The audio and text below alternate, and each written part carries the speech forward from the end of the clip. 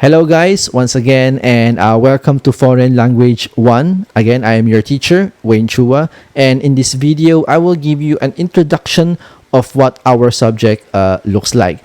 No? So I hope na through this introduction, magkakaroon kayo ng idea kung bakit foreign language ang inaaral natin or bakit kailangan nating aralin ito. No? And our foreign language, by the way, is focused on Chinese Mandarin. So basically, ang ituturo ko sa inyong lahat sa foreign language is Chinese Mandarin. Now, one of you might ask this question, bakit Chinese Mandarin? Later, sasagutin natin yan. But before we go further, I also want to introduce myself to you. And since Chinese Mandarin ang subject natin, I would also speak in Mandarin so that you would hear what Chinese Mandarin sounds like. No, sa mga hindi familiar, maybe you would have an idea of what Chinese Mandarin sounds like. Okay, so you could see the subtitles below so that you could understand. And before our semester ends, actually, you could be able to speak Chinese Mandarin. Okay, so I will be introducing myself in Mandarin. Okay, so hi, 大家好，我叫 Wayne Chua， 我是今年36岁，我是你们的外语老师，我在 ISU 教书教了1年。我会说大家录英语、福建话，还有汉语。如果有时间的话，我喜欢听音乐、念书、看电影，还有吃很多东西。我最喜欢吃的食物就是意大利面。我喜欢教书，我喜欢帮助别人。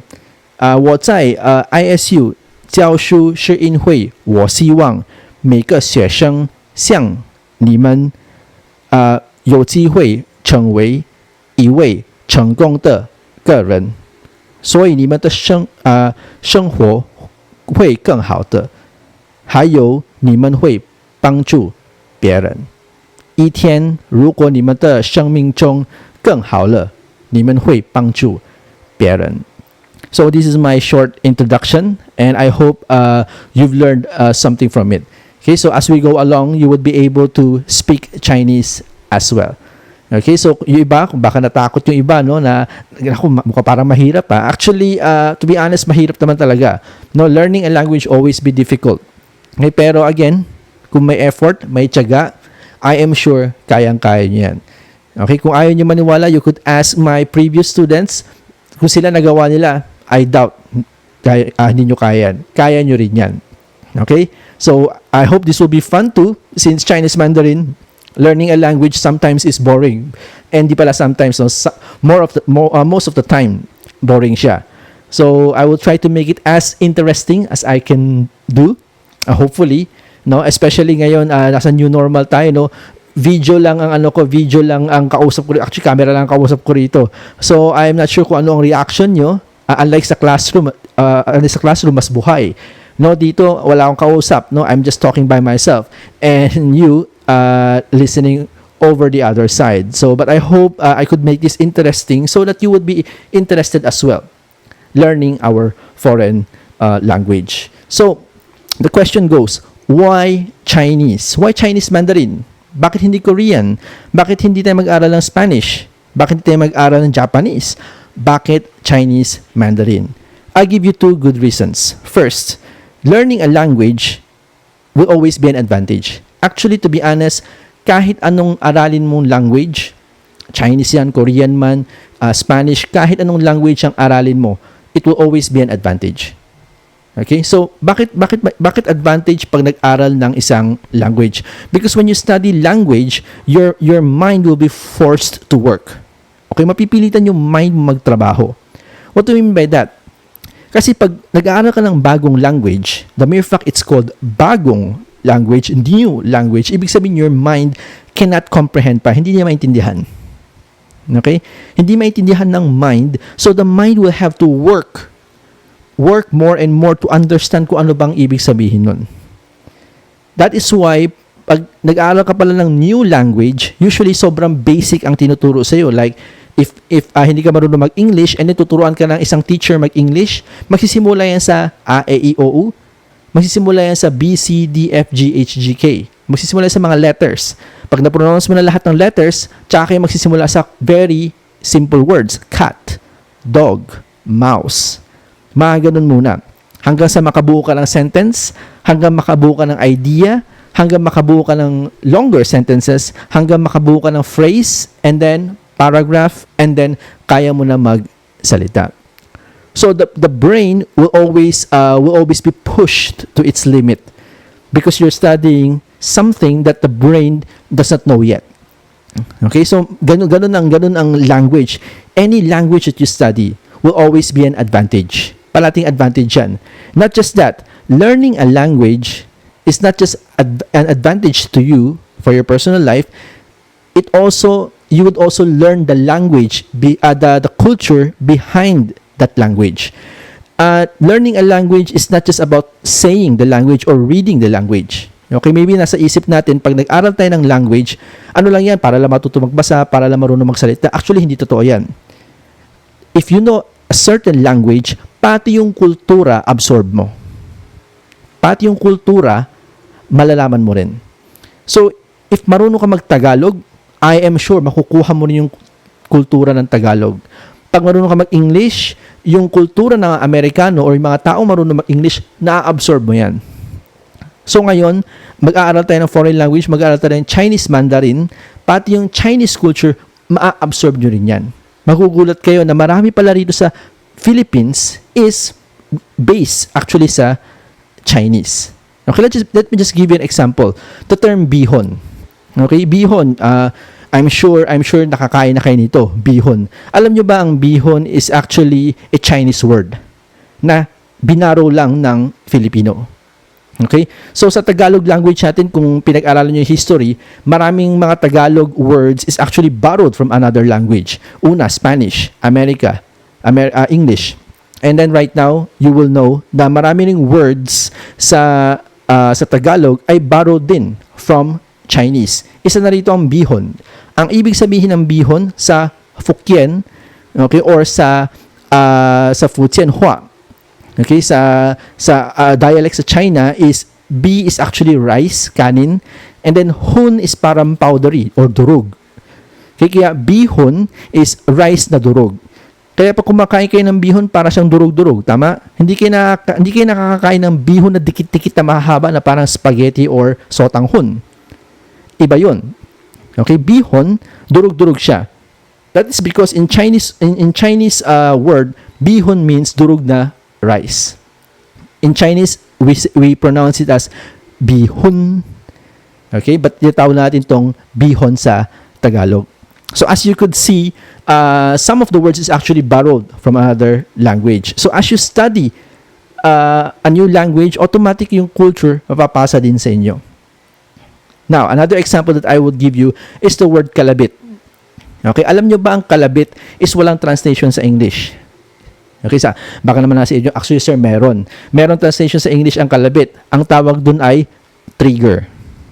I-trigger ang translation ng kalabit.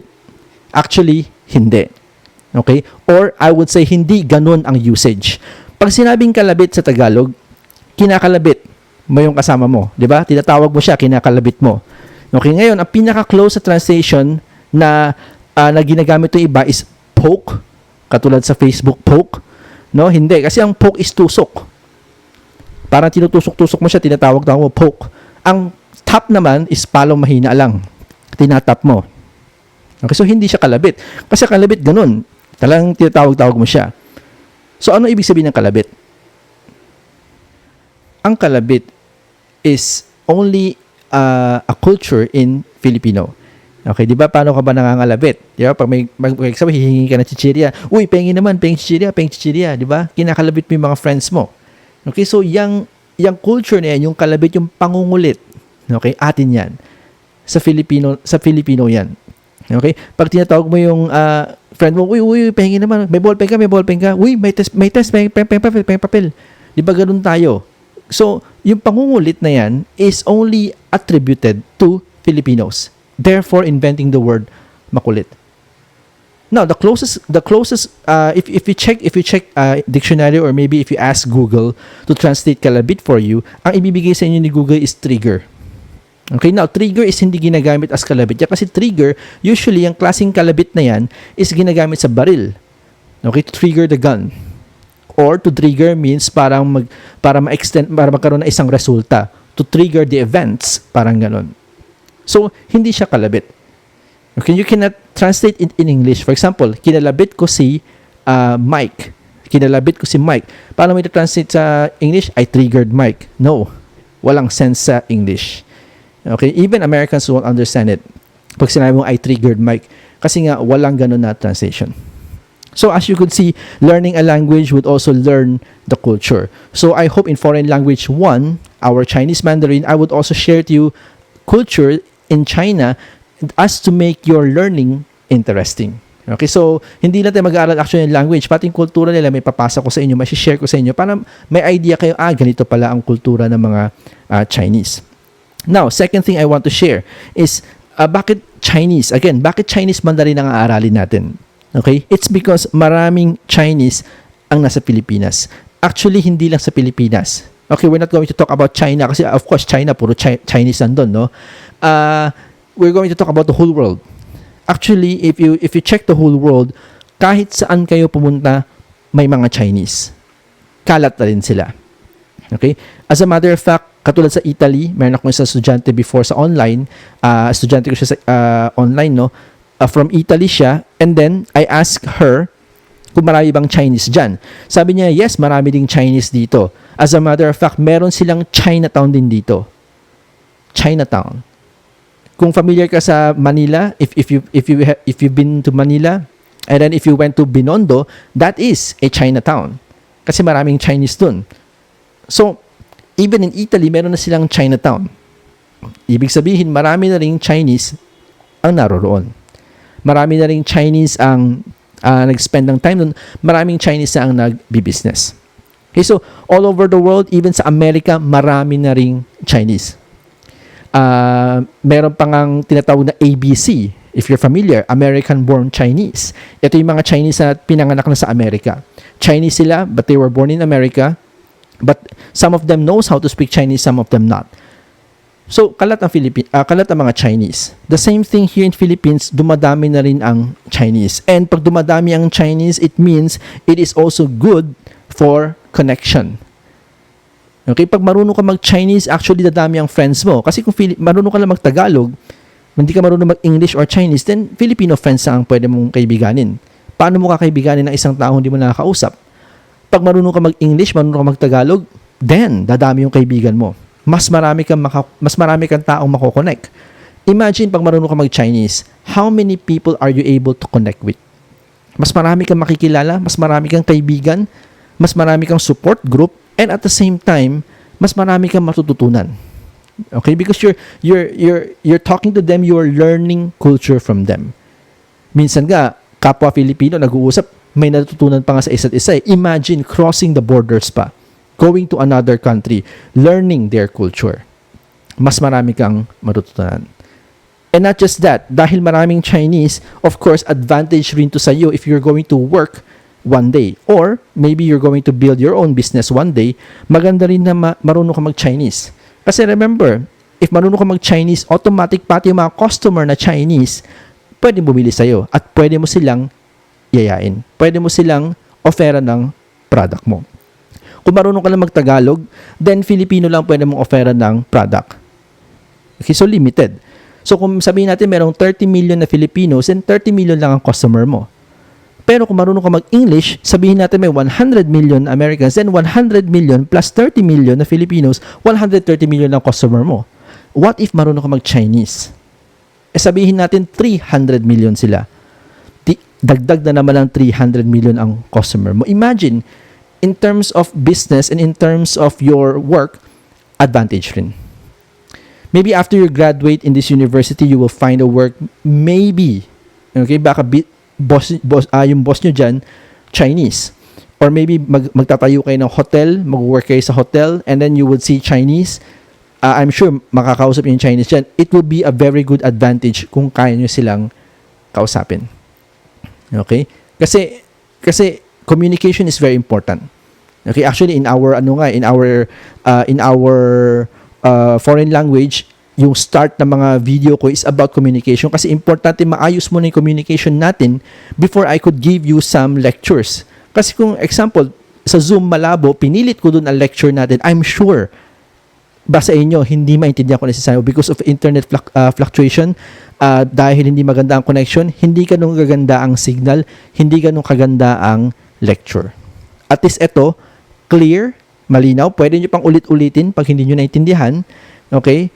At saka pwede nyo i-store lang dyan. Anytime, pag feel yung manood, panonoorin nyo lang, and at the same time, matututunan nyo rin. So that's two big reasons why Chinese Mandarin ang foreign language natin. Okay? It will be an advantage. Okay? It will be an advantage, especially in our generation, in your generation now. After nyo mag-graduate, I am sure mas marami pang Chinese dito. Now, maybe some of you would think, siguro iba sa inyo sabihin nyo, ayaw namin sa Chinese, hindi magandang ugali, gusto nilang kunin ng Pilipinas. Well, I won't lie, may mga ganun talagang balitang nare-receive natin. Pero, that does not address every Chinese in the world.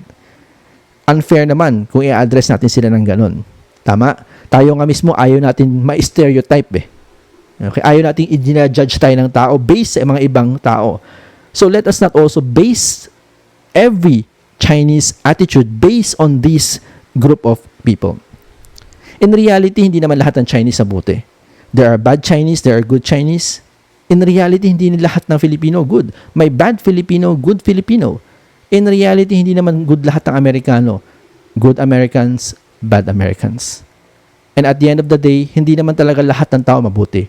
May masama, may mabuti talaga. So we cannot say na dahil may masamang grupo sa China, lahat ng Chinese masama lang. That's stereotyping. And hindi maganda yun. I hope, as young as you are, when you listen to this kind of teaching, mag-store sana sa mind nyo. Kasi, Facebook right now is very powerful. Minsan nga mas marami pa nga tayo natututunan sa Facebook kaysa sa mga teacher natin. Kasi maraming tayong oras sinasayang sa Facebook. Hindi natin alam kung tama ba tinuturo sa atin ng Facebook o hindi. Absorb lang tayo na absorb. Okay, so we have to think sometimes. So, foreign language natin will focus on Chinese Mandarin, and I hope you would enjoy it. Now, I would just want to share two more things, advantages ng Chinese Mandarin and disadvantages ng Chinese Mandarin. First things first, bakit Chinese Mandarin? Actually, in Philippines, we have two kinds of Chinese here. Kanina, shinare ko rin sa inyo, meron tayong Fukien. Or sa Chinese, ang basa natin dyan is Fujian Hua. Ibig sabihin, itong Chinese type na to is a dialect in China, in the Fujian province of China. Actually, pag tinype mo siya sa Google, Fujian ang lalabas, F-U-J-I-N. Okay, Fujian province. Itong klaseng Chinese na to, ito yung mga naririnig nyo siguro pag may gumagamit ng Chinese word na ito. Diba in Chinese, maririnig nyo dito sa Philippines minsan, sinasabi nila, Aci, Ahya, Shoti, Shobe. Diba? Ito yung ginagamit natin na tinatawag natin na Fujian Hua. Okay? Ito yung Chinese na galing sa Fujian province. Actually, in I think around 1950s to 1980s here in the Philippines, ang pumunta dito mga Chinese is galing sa Fujian province. Kaya dito sa Philippines, yan yung pinakaunang Chinese na ginagamit natin. Pero right now, mas dumadami tinatawag natin na mainland China. Ito yung mga second batch na dumating dito sa Philippines. And most of them, Chinese Mandarin na ang ginagamit nila. And that is why Chinese Mandarin is ang aaralin natin. Kasi pag Fujian Hua ang inaral natin or if inaral natin ang Fukien, ano lang siya, pwede mo lang siyang gamitin sa Taiwan and sa Fujian province ng China. Pero pag marunong ka mag-Chinese Mandarin, kahit sino sa China, kaya mong kausapin. Kasi even Fujian people from China, marunong din sila mag-speak ng Mandarin. So, hindi lang yon. Even internationally, if you go to America, if you go to other countries, many people would know how to speak Chinese Mandarin. Kasi nga, if you know this language, it will be an advantage for you. Okay, so what are the advantages of learning Chinese? First, short in terms of pronunciation. Okay, karamihan sa Chinese, dalawa-dalawang word lang. Okay, mabilis lang siya basahin, mabilis lang siya ibigkas. Okay, hindi katulad sa Tagalog and sa English, minsan maraming syllables. Okay, for example, maalala, no, ang dami, maalala, ang daming syllables. Okay, sa Chinese dalawa lang, sita, yun lang yun. Okay, katulad din sa Chinese, sa Tagalog, meron tayong kakain na. Okay, kakainin. Okay, maraming sobrang syllables. Unlike in Chinese, usually 1 or 2 words lang siya. Sa Chinese, pag may nakita kayong 3 Chinese characters na magkakadikit, usually and most of the time, pangalan yun. And then if you have seen Chinese characters na 4 naman na magkakadikit, ano naman yun? Proverb or kasabihan. So, yun ang Chinese. Karamihan sa basic word ng Chinese is 2 at 1 lang. Bihira lang yung 3 hanggang 4. Okay, so, yun ang isang advantage ng Chinese. Kaunti lang. And usually, isang Chinese character, isang pronunciation, isang syllable lang. Now, another advantage of Chinese is no verb tenses. Okay, wala siyang verb tense. Ibig sabihin, pag katulad sa Tagalog, meron tayong kumain, kumakain, kakain. Tama? Pagkahapon nangyari, kumain. Pag ngayon nangyayari, kumakain. Pag bukas pa mangyayari or mamaya pa, kakain. Actor focus pa lang yan. Meron pa tayong object focus na kinain, kinakain, kakainin. Lumalabas yung word na kain, 6 ang tenses. Depende pa kung anong focus. Actor focus, object focus. Pero sa Chinese, ang kain sa Chinese ay chir, chir, ganun lang. Wala ka na idadagdag sa chir. Hindi mo siya marinig na pagbukas mangyayari, chir, chir, chir, chir, chir, chir. Tapos pagkahapon mangyayari, chir, chir, chir, chir, chir, chir, chir. Walang ganun. Chir is chir lang. Yan lang yung kain. Pagbukas mangyayari, chir pa rin. Ngayon nangyayari, chir pa din. At kung kahapon man nangyari, chir pa din siya. Okay, hindi siya dumadagdag. Hindi siya naging chum, chum, chir, chum, chir, chum, chum, chum, chir. Wala siyang ganun. Hindi siya dumadagdag. Same lang siya at hindi siya nagbabago. Yun ang advantage ng Chinese. Ngayon, baka may ibang nagtatanong sa inyo, Sir, paano po namin malalaman kung kahapon nangyari or ngayon or mamaya? Dadagdagan nyo siya ngayon ng timestamp. Aaralin natin yan in a foreign language. Now, ano naman ang disadvantage ng Chinese language? I won't say disadvantage, but actually this is more of the challenges that we will face in learning Chinese Mandarin. No? Una is character-based siya. So, kung mapansin mo sa English tsaka sa Tagalog, ginagamit natin is letters, alphabet. A, B, C, D, E. So, kung kaya mo magbasa ng Tagalog, kaya mo rin magbasa ng English. Kasi parehong letters sila. Pero in Chinese, character-based siya. Okay? Character-based. So, pag hindi siya makakamukha sa iba, sa sarili siyang character. Actually, some of the Asian countries yun ang ginagamit, character-based. Katulad ng Korea, katulad, I think, ng Thailand, para-para sila mga character-based. Okay? So, ito yung challenge sa kanila. Character-based sila. Pero, even though character-based ang Chinese, you will appreciate bakit ganyan ang character ng Chinese. I will also share this in our lesson kung bakit napakagandang aralin ang Chinese character ng Chinese. Okay, so aralin natin yan. Second, medyo madaming article ang Chinese. Ano bang article? Sa English, 3 ang article. A, an, tsaka the or the. Okay, these 3 articles, you can describe any noun. An apple, a goat, a paper, the apple, the banana, the camera, the phone, the mic, lahat yan pwede magamit ng article. Sa Chinese, depende sa object, ibang article. Okay? Aaralin din natin yan dito sa foreign language. And then last but not the least, of course, one of the challenges that you will face when you're learning Chinese is memorization. You have to memorize. Kailangan nyo talagang i-maximize yung memorization skills nyo so that you can learn the Chinese language itself. Now, again, just as what I've said earlier doon sa requirements natin sa Chinese language, dito sa foreign language, I'm not forcing you to memorize Chinese. Okay, kaya pagdating ng quizzes natin, pagdating ng mga seatwork exercise, lahat yan open notes. Okay, so that hindi kayo mahihirapan sa pag-test. Importante, matuto kayo magsalita and matuto kayong paano gamitin yung Chinese. And so I hope this foreign language will give you interest in learning, no? And I hope na hindi kayo maboboard. Alam ko medyo mahirap, alam ko challenging, but I will help you to get across that. Ayoko kasing napipilitan lang kayo kasi gusto niyo pumasa. Okay, I hope habang nag-aaral tayo ng foreign language, mag-enjoy din kayo, matutuwa kayo, and at the same time, you will learn what Chinese Mandarin is. So again, if you have questions, feel free to ask it first in the group, and then if not, your group leader will give the questions to me. Once again, this is Wayne, and we will see you again. I will see you again on the next video. Okay. God bless everyone, and take care. Bye.